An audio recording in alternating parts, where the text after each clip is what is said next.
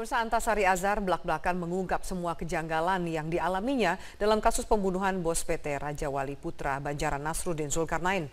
Antasari bahkan menyatakan siap kehilangan nyawa dengan pernyataan kontroversialnya hari ini. Untuk mengetahui seperti apa kriminalisasi yang dialami Antasari dan ancaman apa yang diterimanya, saat ini Zilvia Iskandar telah bersama Antasari Azhar untuk menanyakannya langsung. Zilvia, silakan. Baik, terima kasih rekan Afiani Malik. Bersama dengan saya saat ini adalah mantan Ketua KPK, Antasari Azhar. Selamat sore, Pak Antasari. Selamat sore. Assalamualaikum warahmatullahi wabarakatuh. Waalaikumsalam. Pak Antasari, hari ini Anda membuat pengakuan yang mengejutkan. Selama ini publik menduga-duga siapa persisnya orang yang selama ini Anda sebut sebagai dalang, sebagai orang yang mengkriminalisasi kasus Anda. Hari ini Anda menyebut nama Presiden ke-6 Republik Indonesia, Susilo Bambang Yudhoyono. Saya ingin memperjelas, Pak. Apakah ini berarti Anda menuding SBY adalah dalang atau aktor utama di balik kriminalisasi terhadap Anda? Sebetulnya tidak ada hal yang setuju ya. Ini masalahnya sudah lama sekali, sejak 2009. Hanya kebetulan hari ini saya berbicara bersama dengan saya masuki laporan ke Barreskrim. Ini laporan bahwa dalam proses kasus kayak ini ada indikasi rekayasa. Saya minta sesuai dengan pasal 318 KUHP bahwa tidak pidana persangkaan palsu yang membuat orang terhukum. Nah, untuk itulah maka pada kesempatan yang sama ketika saya jumpa pers untuk menjelaskan ini, untuk melihat perkara secara utuh kan lihat mensrianya ya. Mensriahnya apa yang terjadi sebelum itu, dan memang dalam pikiran saya sejak 2009, 2010, 2011 tepatnya saya di penjara, saya sudah mau bicara, tetapi pada waktu itu saya lihat saya berada di dalam, belum tepat rasanya. Saya tidak artinya menuduh, menuding begini, tidak. Memang saya sebut nama Presiden ke-6, saya sebut. Kenapa saya sebut? Ada historisnya. Ketika waktu itu saya didatangi orang malam-malam, yang saya katakan pengusaha media itu adalah Haritanu Sudibyo.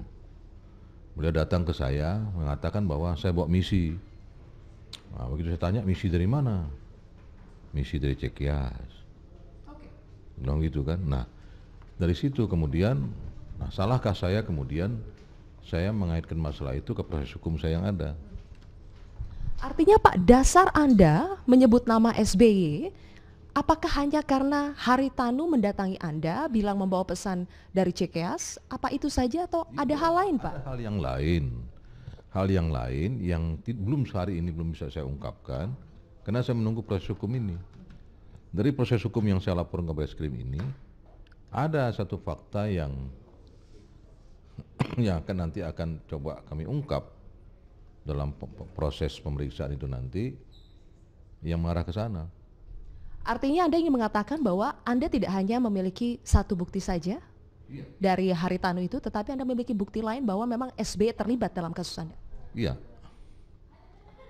Ya, seperti misalnya ada satu pertemuan, saya ditahan kan, ini ceritanya panjang. Saya ditahan tanggal 4 Mei 2009. Pertanyaan saya dulu juga pernah di media yang sama, ini saya jelaskan. Waktu saya ditahan itu apakah sudah ada alat bukti untuk menjerat saya? Ternyata memang dari fakta yang ada dan menurut testimoni yang saya dengar, yang dikatakan oleh seseorang, waktu itu belum ada. Tim juga masih bingung, bagaimana kita ingin proses Antasari, padahal faktanya nggak ada. Nah pada waktu itu atasan mereka itu gencar, saya ini sudah dimarahin, saya ini sudah ditelepon terus, segera ini proses. Atasan mereka maksudnya siapa, Pak? Ya?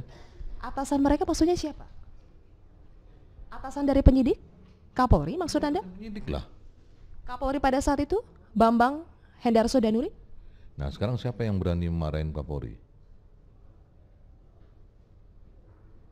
Apa Pemret Metro berani memarahin Kapolri? Siapa yang berani memarahin Kapolri? Jadi maksud Anda siapa? Pertanyaan saya kembali lagi, Pak.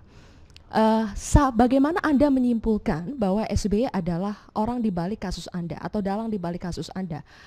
Apakah Haritanu ketika itu mengatakan langsung, saya diperintah oleh Pak SBY?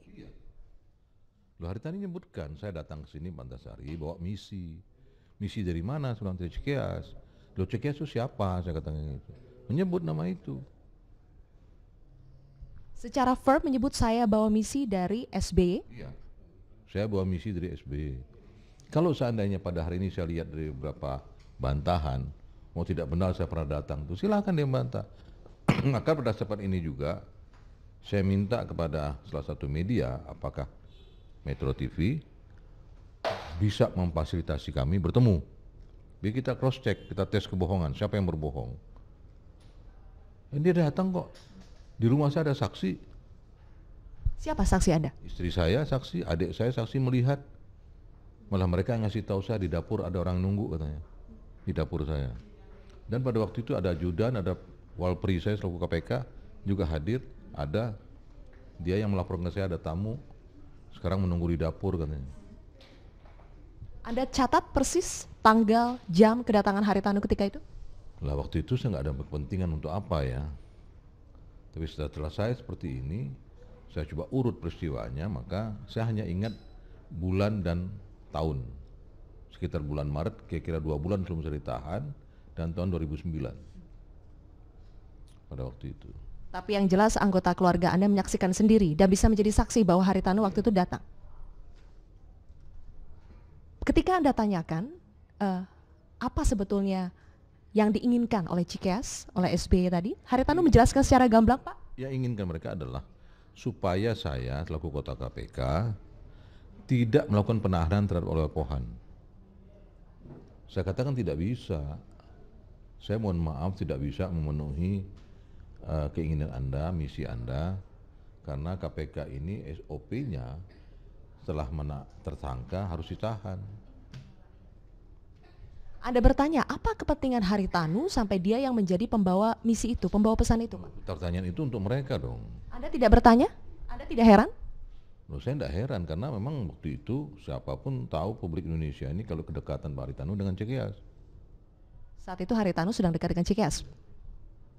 Ini saudara, berikut kita ikuti keterangan pers dari Susilo Bambang Yudhoyono langsung dari kediaman Susilo Bambang Yudhoyono. Kepada insan pers dan media massa yang mau dan berani untuk meliput penjelasan saya ini. Terus terang, bulan-bulan terakhir ini banyak yang tidak berani bertemu saya. Menerima telepon saya pun menghindar. Katanya, takut kalau disadap atau ikut-ikutan susah. Sebenarnya rekan-rekan wartawan, malam hari ini kami tengah melaksanakan acara zikir dan doa. Setelah 4 bulan lebih, kami semua, utamanya tim pemenangan Agus Silvi, berikhtiar dan berupaya sekuat tenaga, maka saatnya tiba untuk berserah diri dan mohon pertolongan Allah. Namun saya terpaksa harus menyampaikan penjelasan kepada pers untuk diteruskan kepada saudara-saudara saya, masyarakat Jakarta dan rakyat Indonesia, karena tiba-tiba hari ini ada serangan dan sebutlah black campaign yang disampaikan oleh saudara Antasari, mantan narapidana yang baru saja mendapatkan gerasi dari Presiden Jokowi. Sama dengan pemilihan presiden tahun 2004 dulu, di kala minggu tenang, saya juga mendapatkan fitnah dan bahkan sebuah buletin sengaja dibikin, dicetak dan diedarkan. Saya membacanya di Jawa Timur bahkan, yang isinya juga serangan, fitnah dan pembunuhan karakter. Jadi Tuhan menakdirkan bahwa nasib Agus Harimurti Yudhoyono nampaknya sama dengan nasib saya dulu ketika mengikuti pemilihan presiden pada tahun 2004. Saudara-saudara, hari ini Antasari mengeluarkan statement di Bareskrim Polri yang esensinya menuduh dan menyerang saya, merusak nama saya.